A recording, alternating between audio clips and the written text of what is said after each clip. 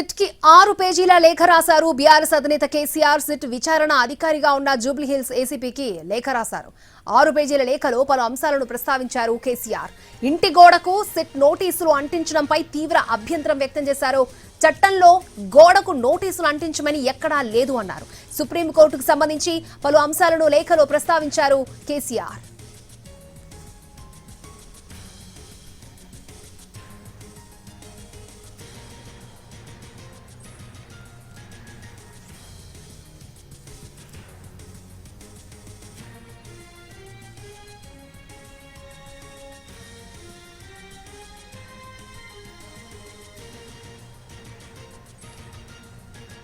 SIT కి 6 పేజీల లేఖ రాశారు బీఆర్ఎస్ అధినేత కేసీఆర్. సిట్ విచారణ అధికారిగా ఉన్న జూబ్లీహిల్స్ ఏసీపీకి లేఖ రాశారు.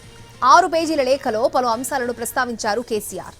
ఇంటి గోడకు సిట్ నోటీసులు అంటించడంపై తీవ్ర అభ్యంతరం వ్యక్తం చేశారు. చట్టంలో గోడకు నోటీసులు అంటించమని ఎక్కడా లేదన్నారు. సుప్రీంకోర్టుకు సంబంధించి పలు అంశాలను లేఖలో ప్రస్తావించారు కేసీఆర్.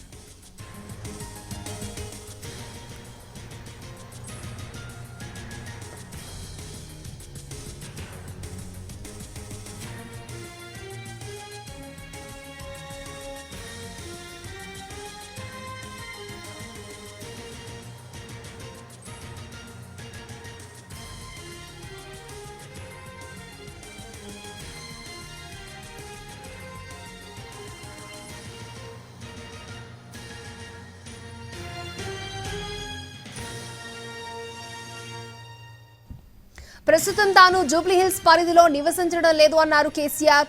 హరీష్ రావు అఫిడవిట్ లో సిద్దిపేట అడ్రస్ ఉంటుందని తెలిపారు. కొన్ని సంవత్సరాలుగా కరెస్పాండెంట్ అడ్రస్ గా నందినగర్ పెట్టుకున్నారని గుర్తు చేశారు. 2 ఏళ్లుగా తాను ఎర్రవల్లిలోనే ఉంటున్నారని తెలిపారు కేసీఆర్. స్టేట్మెంట్ రికార్డ్ చేయడానికి పరిధులు అవసరం లేదని స్పష్టం చేశారు. చట్టపరమైన కొన్ని అభ్యంతరాలు ఉన్నప్పటికీ సిట్ కి సహకరిస్తాను అన్నారు. బాధ్యతాయుతమైన ప్రతిపక్ష నేతగా చట్టానికి సహకరిస్తానని, రేపు నందినగర్ నివాసంలో మధ్యాహ్నం 3 గంటల నుంచి అందుబాటులో ఉంటానని తెలిపారు. మీరొచ్చి తన స్టేట్మెంట్ ని record చేసుకోవచ్చన్నారు KCR.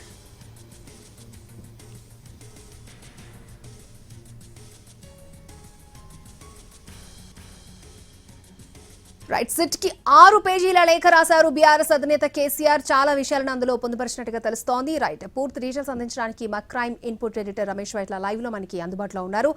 Ramesh Vaitla, over to you.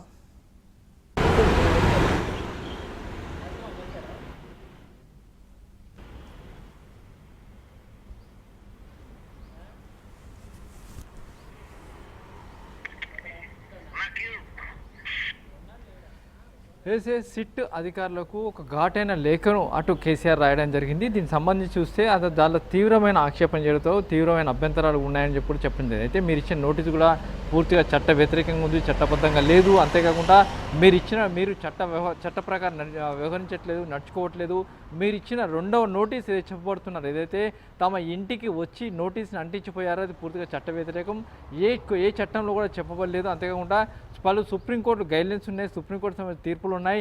ఎక్కడైనా ఎవరైనా సరే సంబంధించిన 160 సిఆర్పిసి నోటీస్ ఇవ్వాలంటే సంబంధిత వ్యక్తికి స్వయంగా ఇచ్చి ఆ మేరకు అదే తీసుకోవాల్సిన అవసరం ఉంటుంది. అంతేకాకుండా మీరు ఇలా గోడలకు అంటించిన పూర్తి ఆక్షేపణీయం. అయితే కొంతమంది వ్యక్తులు రాత్రిపూట 9 గంటల సమయంలో నా ఇంటికి వచ్చేసి అక్కడ నా ఇంటికి కూడా నోటీస్ అంటించిపోయారు కాబట్టి పూర్తి ఆక్షేపణీయం అని కూడా చెప్పడం జరిగింది. మొత్తంగా 6 పేజీల లేఖలో చాలా విషయాలు కూడా ప్రస్తావించారు. పలు సుప్రీంకోర్టు సంబంధించిన తీర్పులను ప్రస్తావించారు. అటు ఆంధ్రప్రదేశ్ హైకోర్టు సంబంధించిన హైకోర్టు సంబంధించిన ఆదేశాలను కూడా అందులో ప్రస్తావించడం జరిగింది. ఏదైతే సిఆర్పిసి 160 కింద చూసినట్లయితే నేను ఆ పరిధిలో, అంటే మీరు విచారిస్తున్న జూబ్లీస్ పరిధిలో లేను. అంతేకాకుండా నేను కేవలం ఆ పరిధిలో ఉన్నప్పటికీ, అంటే ఆ పరిధిలో సంబంధించిన నందినగరంలో తాను కరస్పాండింగ్ అడ్రస్ మాత్రమే పెట్టుకున్నాను. ఇప్పుడు ప్రస్తుతానికి తాను ఎర్రవల్లిలో ఉంటాను. దాదాపు 2 ఏళ్ళ నుంచి నా కరస్పాండింగ్ అడ్రస్ కావచ్చు, నా పూర్తి వివరాలు కూడా ఎర్రవల్లి నుంచే నడిపిస్తున్నాను, ఎర్రవల్లిలో ఉంటున్నాను. అయితే మీరు మొదటిసారి ఇచ్చిన నోటీస్ ఏదైతే సిఆర్పిసి 160 నోటీస్ ఇచ్చారో ఆ నోటీస్ ప్రకారం అందుకున్న తర్వాత నేను ఒక లేఖ రాశాను మీకు.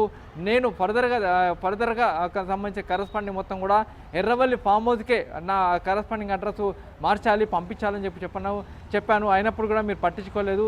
అంతేకాకుండా మీరు హైదరాబాద్లోనే నందినగర్లోనే విచారించాలని మీరు పట్టుపట్టారు. అంతేకాకుండా అక్కడికి రావాలని కూడా పట్టుపట్టారు. అయితే 60 సంవత్సరాల వయసు పైబడిన వాళ్ళందరికీ కొంచెం వెసులుబాటు కల్పించింది. దాన్ని కూడా మీరు పూర్తిగా వ్యతిరేకించారు, దాన్ని పట్టించుకోలేదు. ఆ నేపథ్యంలో మీరు చూస్తే మీరు చట్టపక్కన వ్యవహరించట్లేదు.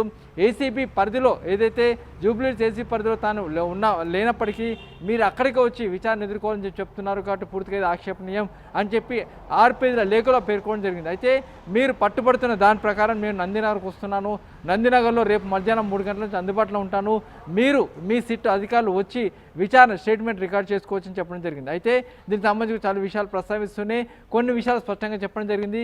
మీకు అధికారం లేదు, మీరు న్యాయబద్ధంగా వెళ్ళట్లేదు, చట్టంగా వ్యతిరేకంగా వెళ్తున్నారు అన్న విషయాన్ని కూడా ఆ లేఖలో పేర్కొనడం జరిగింది. అయితే ఇందులో సుప్రీంకోర్టు విషయాలు కావచ్చు, కొన్ని రాజ్యపరమైన విషయాల్ని ఇందులో చెప్పడం జరిగింది.